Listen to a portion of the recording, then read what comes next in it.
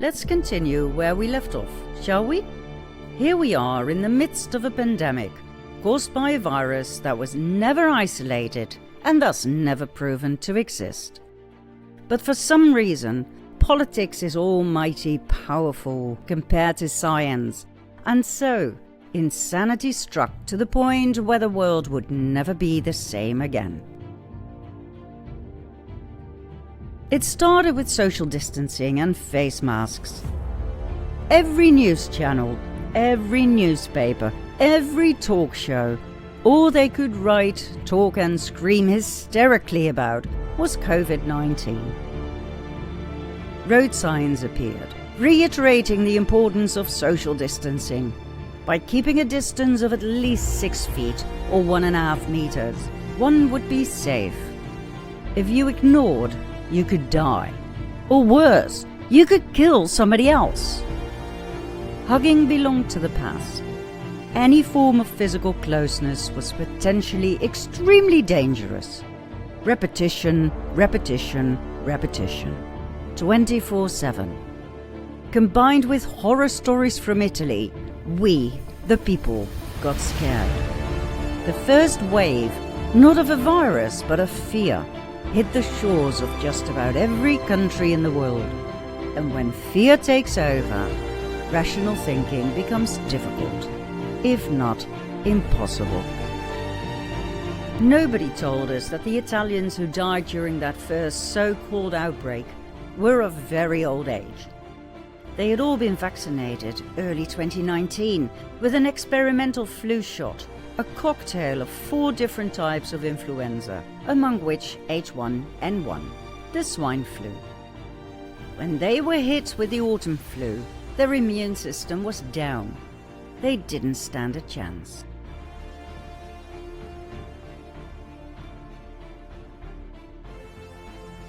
Then, the first official numbers were published.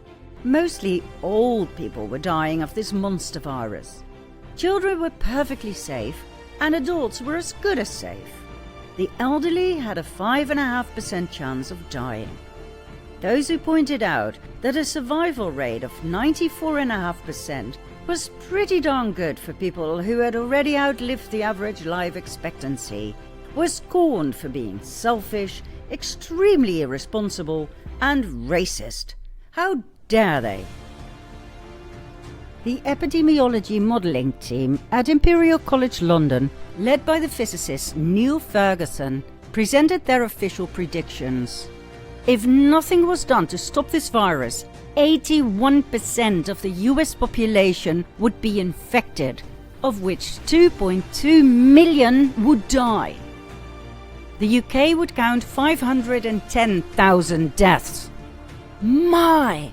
Those predictions were absolutely horrifying. God only knows why Neil Ferguson and Imperial College London were asked for their opinion in the first place. They had a history of highly exaggerated numbers that were always way off.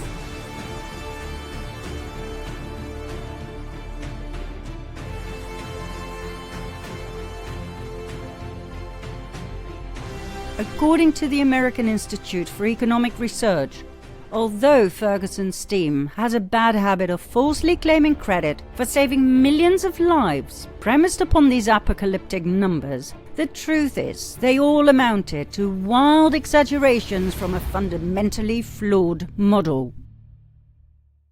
Why on earth did UK Prime Minister Boris Johnson listen to this disgrace of a scientist? Would you believe a man who predicted the following in the past? 2002, Ferguson predicted 150,000 people would probably die in the UK as a result of BSE in beef. Really? Well, no. In reality, only 177 people died. 2005, Ferguson predicted 150 million people would probably die as a result of the bird flu. In reality, only 282 people died worldwide. 2009, Ferguson predicted 65,000 people would probably die in the UK as a result of the swine flu.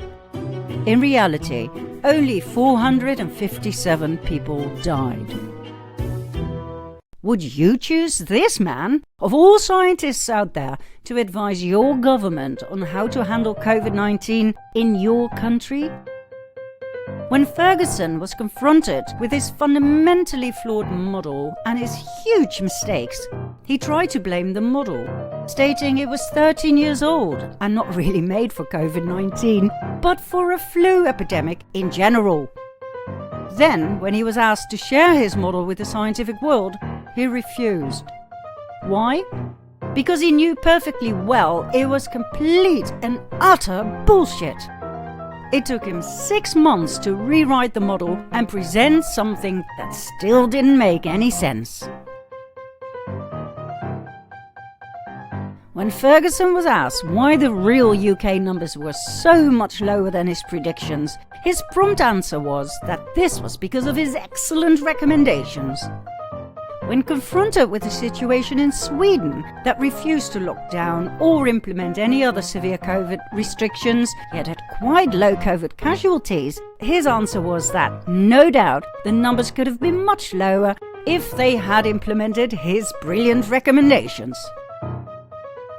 On top of everything else, he ignored his own advice and thus the COVID restrictions by inviting his secret lover into his home. When this became common knowledge, he resigned from his position as a government advisor on SAGE, the Scientific Advisory Group for Emergencies. Wow, how noble and just. If it weren't for the fact that that too was just another lie. Until today, Ferguson is part of both SAGE and Advisory Committee SPY-M.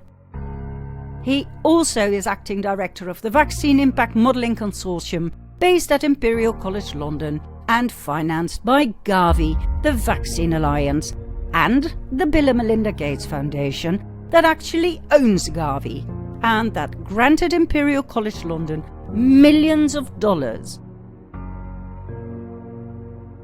Long story short, once again we are witnessing utterly corrupted politics and bribed science, working together to impose something on the people that the people hadn't asked for to begin with. Professor Lockdown and Boris Johnson rolled out a strategy to take the freedoms away from the British people under the pretense of protecting them against a killer virus that didn't exist.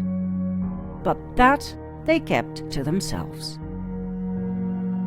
And so, in 2020, government policies were quickly adapted to Ferguson's hysteric and completely unrealistic warnings. New restrictions were laid out. We were no longer to visit our elderly parents and grandparents. No hugging, definitely no hugging, and preferably no visits in general. Children were told in school that they might kill their grandparents if they disobeyed. This insane and inhumane programming led to deep emotional and psychological trauma. Feelings of guilt overtook these children, who were told they were basically murderers in waiting, unless, of course, they did as they were told by the government, completely overruling and ignoring their own feelings. When they screamed for their grandparents, they were told off about how selfish they were. Shame was added to their feelings of guilt. Some people stood in front of the care homes and sang songs for the abandoned elderly, but the police removed them. They were attracting attention to the site and the situation, and that was not desirable. The elderly were isolated from the rest of society and from their families. Many became depressed and lost their will to live. Many died as a result, not from COVID, but from loneliness. Families were torn apart. Feelings of guilt, shame, anger and grief became common ground. Yet, the people complied. There was another reason why so many elderly died during the first wave in the spring of 2020. And this is where it gets really shocking.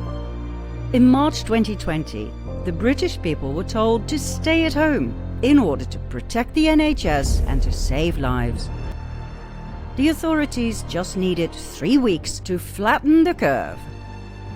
What happened in those 3 weeks? First of all, many hospitals were ordered to move elderly patients with respiratory problems to care homes. As many as possible, which is rather strange when you think about it. I mean, people are not administered to a hospital for fun, right? But it happened. On March 19, a directive was sent out to the NHS saying all patients who did not require a hospital bed had to be discharged, as in right now. The NHS workers were obliged to follow the new directive. They had precisely 1 hour to get those patients out of bed and into their clothes, after which they had another 2 hours to take them from the hospital to their new home, in most cases a care home. Did those patients have a voice in this at all? No, they did not. Their beds had to be empty for COVID-19 patients, those poor sufferers of a virus that had not been proven and would never be proven to exist. This directive was most efficient, as you can see in this graph. Only 62% occupancy of hospital beds remained, 30% down compared to previous years. So, what happened to those patients who ended up in care homes? They were euthanized. Do we have evidence for such a brutal claim? Yes, we do. But we must warn you, for this is truly as ugly as it possibly gets. You might even realize for the first time what happened to your parents or grandparents and why they suddenly died. You see, all of a sudden, in April 2020, there was a great increase in deaths in care homes. No less than 26,541 people died in April 2020 alone, an increase of 17,850 on the 5-year average. That's an awful lot of excess deaths in just 1 month. What happened? They were given Midazolam. That's what happened. But you weren't told, were you? And neither were they. Midazolam is a very strong sedative, used among other things to relieve anxiety and fear. It is also used in lethal injections in the US, combined with 2 other drugs. The NHS workers were told to ease the suffering of the patients who were removed from their hospital beds and were now in their care home beds. Most of them had respiratory problems, so wouldn't it be nice to give them an intravenous cocktail of morphine and midazolam? Sounds sweet, doesn't it? Well, it wasn't. You see, midazolam affects the central nervous system, and thus a person's breathing.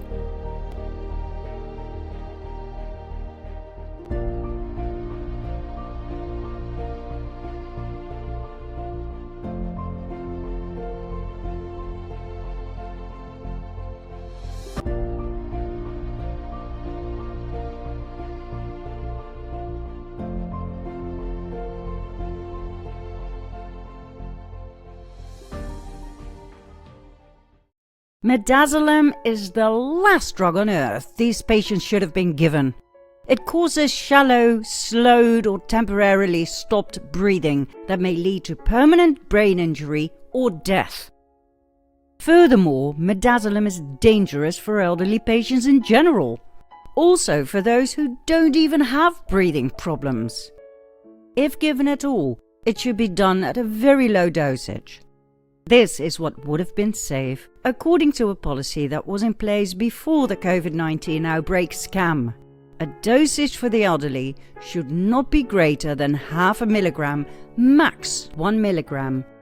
However, during the outbreak, this policy was changed into the following: a starting dose of 2.5 milligrams and, if necessary, pump it up to 5 or even 10 milligrams. Who on earth changed these policies? The same people who had those thousands of patients removed from hospitals to care homes. The same who advised administering Midazolam in the first place. The same who knew damn well what the effects would be.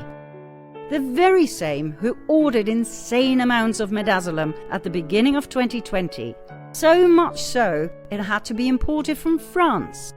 That's right, a 2-year supply of a killer drug was imported from France. It was all used up by October of that same year. Not as part of the anesthesia during surgery, as was the official explanation. There were no surgeries during these COVID months. They were postponed by the same criminals, guilty of genocide of 26,500 people who died in April 2020 alone in care homes.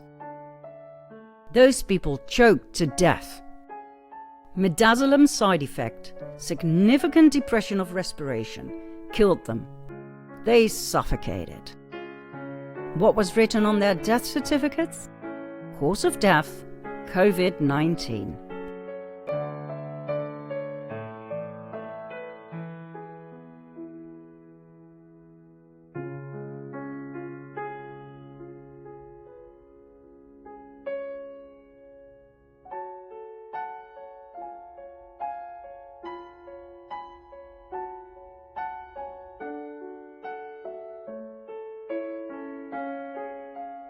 Who are the criminals behind this evil scheme? Secretary of State for Health and Social Care, Matt Hancock. GP and Member of Parliament, Dr. Luke Evans. And the Department of Health. Here they are, deliberating their Midazolam stockpile to make sure they were ready for the kill. A good death needs 3 things. It needs equipment, it needs medication, and it needs the staff to administer it. So in terms of equipment, a few quick questions. Do you have enough syringe drivers in the NHS to deliver medications to keep people comfortable when they're passing away? Yes, right now we do. And the second one is with that's to the syringe drivers deliver medication, particularly things like Midazolam and morphine. Do you have any precautions put in place to make sure we have enough of those medications to be delivered? Yes, we've got a big project to make sure that those sorts of medications, as well as the ITU medications that I spoke about earlier, that the supply chains, global supply chains for those medicines are clear. The so-called good death Hancock and Evans talked about means euthanasia. What you just witnessed was part of a parliamentary committee meeting in which euthanizing the elderly in care homes by means of Midazolam and morphine was openly dealt with. Did they act on their own accord? Of course not. The Department of Health, Prime Minister Boris Johnson, each and every puppet of the cabal presently seated in the British government were part of this grand euthanasia scheme of the elderly, as part of the global sustainable development goals and thus the depopulation agenda. Shocking to see it in action, isn't it?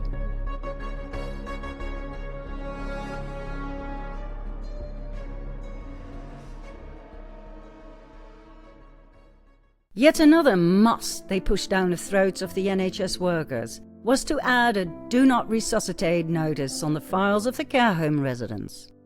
If their hearts or lungs stopped working, that was it. No resuscitation, please, as that did not exactly fit the depopulation agenda. Just let them die, the useless eaters. Oh, and of course, nobody told the residents or their loved ones a thing. The 3 weeks the authorities needed to flatten the curve was invented to intentionally end the lives of 26,500 people. That's why the British people had to stay home. Not to protect the NHS or to save lives, but to let the cabal execute their evil euthanasia program. This didn't just happen in the UK. It happened in Australia, the US, and in many other countries. When Wayne Smith unravelled the Midazolam scandal after his father died in his care home, he exposed what he had found. He was subsequently found dead in his home in August 21. Rest in peace, Wayne Smith, and all Midazolam victims. You will be remembered.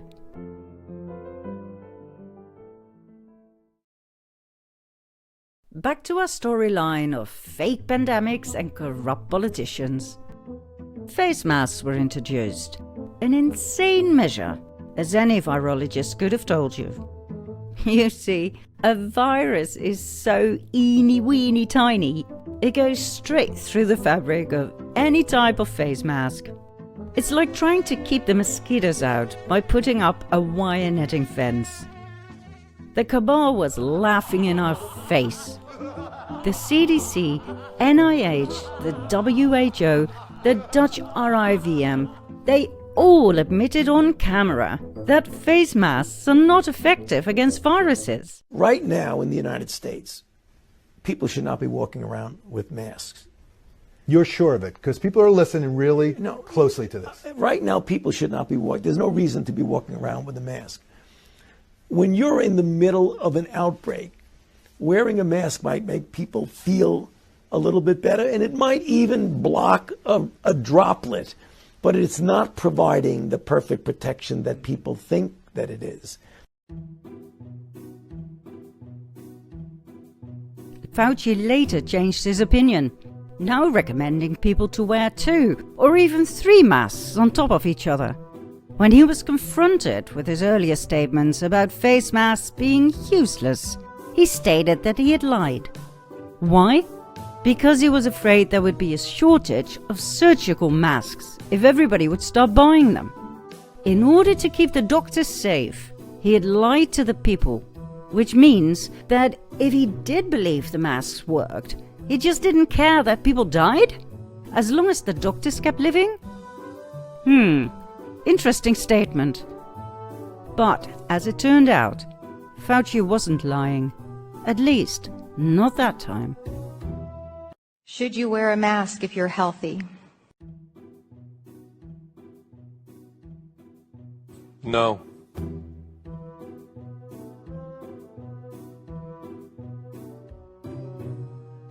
That's right. You really said it. Should you wear a mask if you're healthy? No. Het instituut toont dat ongeveer 200.000 personen tenminste een week een mondkapje moeten dragen om misschien, en dan zeg ik nog misschien erbij, één geval van besmetting te voorkomen, van overdracht te voorkomen. Dus een buitengewoon klein effect weten we momenteel.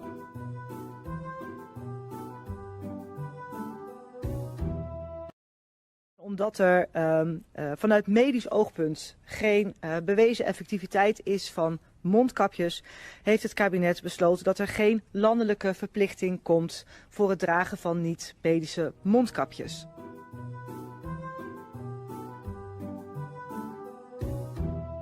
Vanuit het Veiligheidsberaad kwam wel breed het verzoek om lokaal maatwerk gericht op gedragsbeïnvloeding, dus niet zozeer medisch gerelateerd, maar wel gericht op gedragsbeïnvloeding, om dat instrumentarium toch eens stevig onder de loep te nemen. En ook te kijken waar zou je mee kunnen experimenteren. Waaronder dus ook bijvoorbeeld met mondkapjes. Maar dan gaat het vooral over nieuwe methoden, gericht op gedragsbeïnvloeding en ook te bemeten op het effect.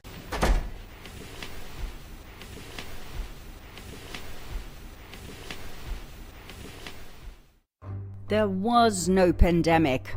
It was all just a behavioral experiment. That's why policies changed, time and again. Not because they made sense.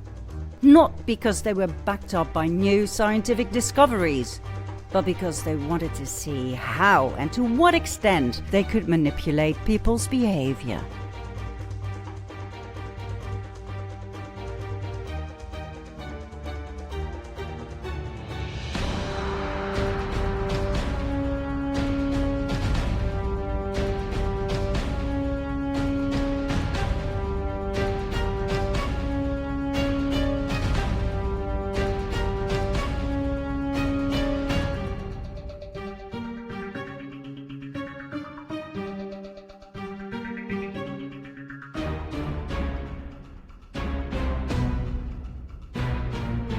What did it take for the people they so despised to change their behavior at the Cabal's command?